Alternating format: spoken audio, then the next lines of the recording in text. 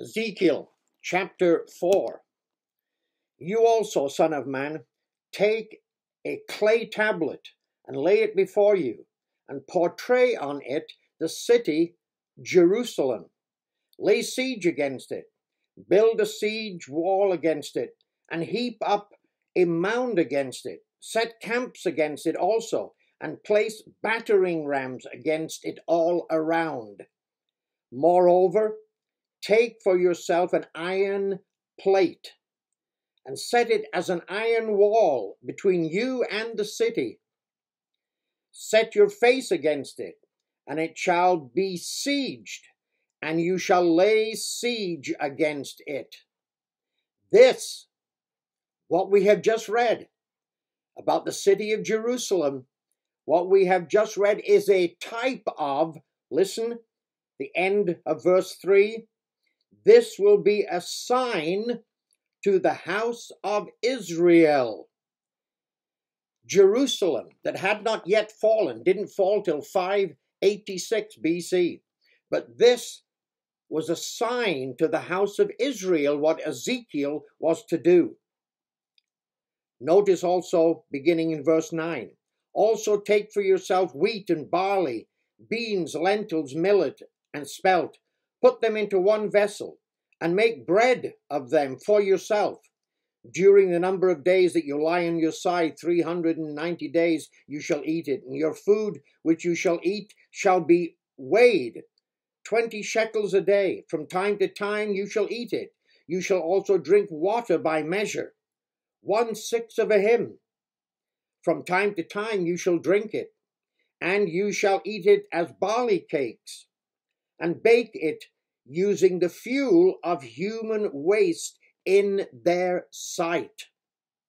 Then the Lord said to me, so shall the children of Israel eat their defiled bread among the Gentiles. Now notice, where I will drive them. The children of Israel had already gone into captivity at least 150 years before this time of Ezekiel. At least 100 years, maybe 150, because the captivity of the house of Israel began about 745 BC. So at least 100, 120, 130, 140 years before Ezekiel, the house of Israel had already gone into captivity by the Assyrian Empire. And yet the Lord is saying here, this type of things that he was to do was to be a sign to the house of Israel. And at the end of verse 13, where I will drive them. This prophecy of Ezekiel is for the future time. It wasn't for the time that Ezekiel was living in. It was a time way beyond the life of Ezekiel, a time when all of these catastrophic things to the house of Israel would happen. We're going to see a time sequence through the book of Ezekiel. More than any other prophetic book, Ezekiel has a time sequence that goes along. And we will see that as, of course, we go through the chapters of the book of Ezekiel. Notice verse 16 of chapter 4. Moreover, he said to me, Son of man, surely I will cut off the supply of bread in Jerusalem, a type of the house of Israel. They shall eat bread with weight and with anxiety, and shall drink their water with measure and with dread, that they may lack bread and water, and be dismayed with one another, and waste away in their iniquity.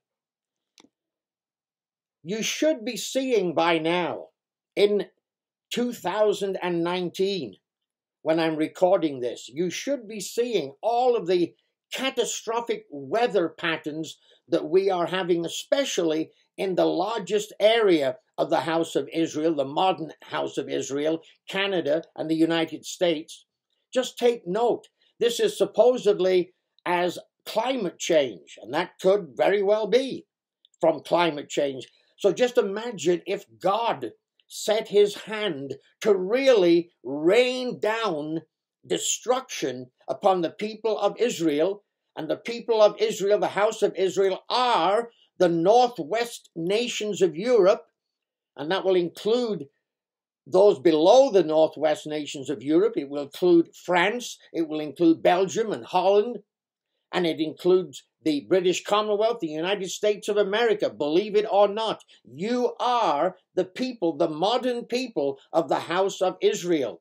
Now just think of if God really put his hand to destroying you, just think what could happen. Well, we already know that it's not a case of when, it's not a case of if, but it's when the great West Coast earthquake takes place. Yellowstone is the top of a volcano. Look at the weather patterns that the United States has been having in the last 4 or 5 years. Absolutely catastrophic weather patterns. Canada, northern Canada. Northern Canada is melting. The North Pole is melting. We have got a situation in the northlands of Canada where hills are crumbling because the permafrost is coming up. And we have terrible, terrible situation for villages and towns in the northern part of Canada.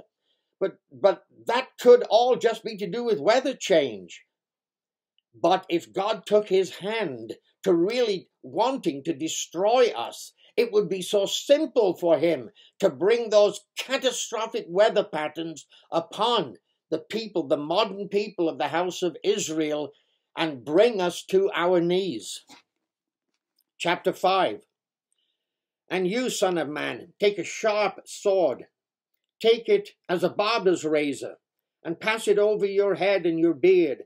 Then take scales to weigh and divide the hair. You shall burn with fire 1/3 in the midst of the city, Jerusalem, a type of the house of Israel. You shall burn 1/3 in the midst of the city. When the days of the siege are finished, then you shall take 1/3 and strike it with the sword, and 1/3 shall be scattered in the wind. I will draw a sword after them.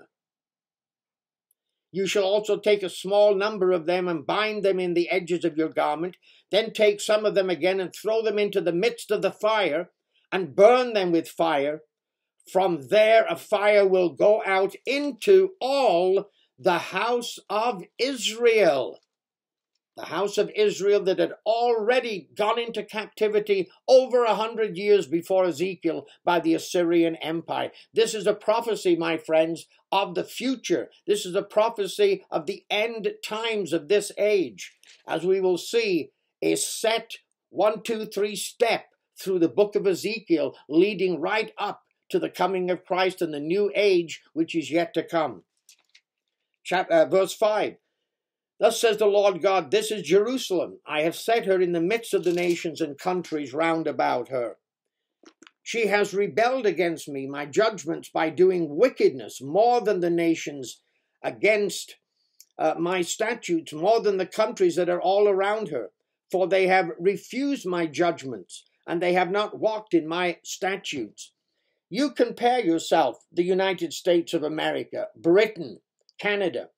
You compare yourself, say, with Russia today when it comes to same-sex marriage, when it comes to other sins that we are now just every day taking for granted.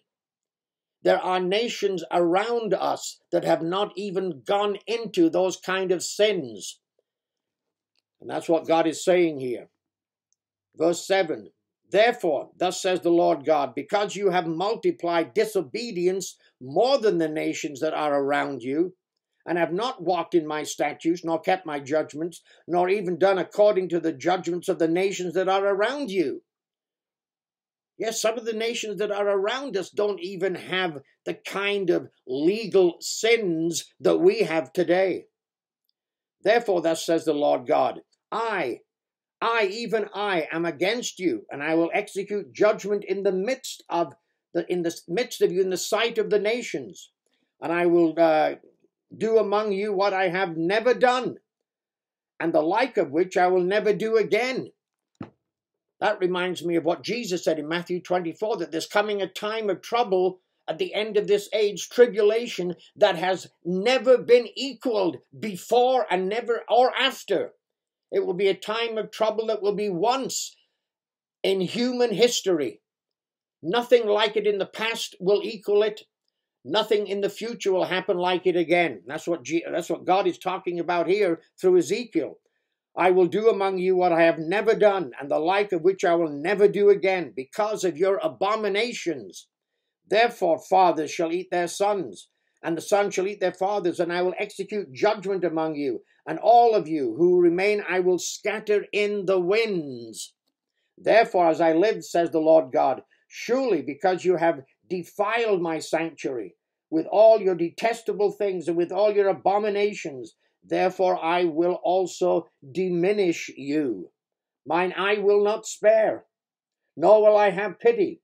1/3 of you shall die of pestilence, and be consumed with famine in your midst, and 1/3 shall fall by the sword, by warfare.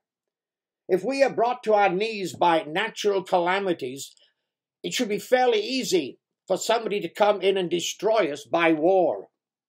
And 1/3 shall fall by the sword all around you, and I will scatter another 1/3 of you into the winds, and will draw a sword after them. Thus shall my anger be spent, and I will cause my fury to rest upon them, and I will be avenged. And they shall know that I, the Lord, have spoken in my zeal, when I have spent my fury upon them.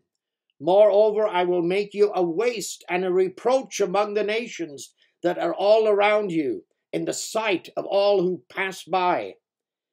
It shall be a reproach, or you shall be a reproach, a taunt, a lesson, an astonishment to the nations that are all around you, when I execute judgment upon you in anger, and in fury, and in furious rebuke.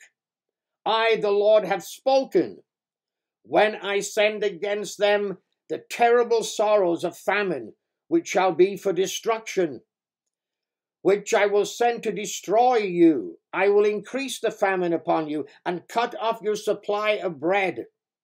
So I will send against you famine and wild beasts, and they will bereave you. Pestilence and blood shall pass through you, and I will bring a sword against you. I, the Lord, have spoken. The people of the house of Israel, you nations of northwestern Europe, the British Commonwealth, United States, this is God speaking to you. It is going to happen. I cannot tell you when. God doesn't tell us when. But it is going to happen. And you are going to be brought to destruction. We'll pick it up next time in chapter 6.